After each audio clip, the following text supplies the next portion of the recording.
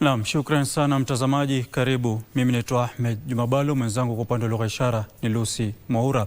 Na serikali inatekeleza juhudi za kuwarejesha nyumbani Wakenya waliokwama nchini Afrika Kusini kufuatia ripoti za changamoto na visa vya mashambulizi dhidi ya raia wa kigeni katika baadhi ya sehemu za nchi hiyo. Kufikia leo, jumla ya Wakenya 240 wanaohitaji usaidizi wamejisajili katika ubalozi wa Kenya jijini Pretoria.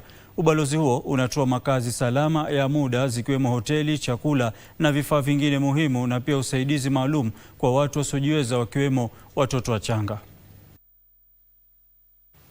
Wakenya kadhaa walio nchini Afrika Kusini watarejea nyumbani, huku Kenya ikitoa usaidizi wa dharura kwenye ubalozi wake kwa wale wanaokabiliwa na matatizo.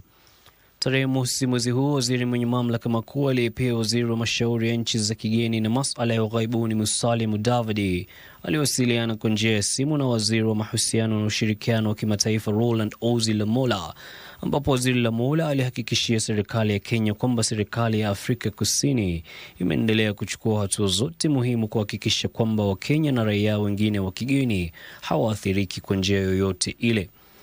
Wizara ya mashauri ya nchi za kigeni na masuala ya ughaibuni inashirikisha juhudi za serikali, huku idara ya masuala ya ughaibuni ikitekeleza shughuli za kuwarejesha humu nchini, ikiwapa huduma za usafiri nchini Afrika Kusini, safari za ndege hadi Nairobi, utayarishaji hati za usafiri na misaada ya kibinadamu.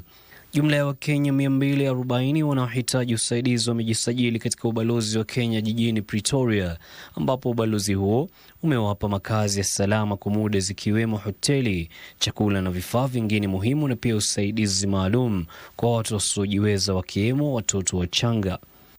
Jumla ya watu 151 wamerejeshwa humu nchini. Mnamo tarehe 30 mwezi uliopita, makundi matatu yaliwasili jijini Nairobi kwa ndege ya shirika la Kenya Airways. Kundi jingine la Wakenya 55 liliwasili leo. Serikali imewahimiza Wakenya walio ughaibuni kuheshimu sheria katika nchi wanakoishi na kuhakikisha kwamba hati zao za uhamiaji ni halali. Yusuf Farah, Darubini.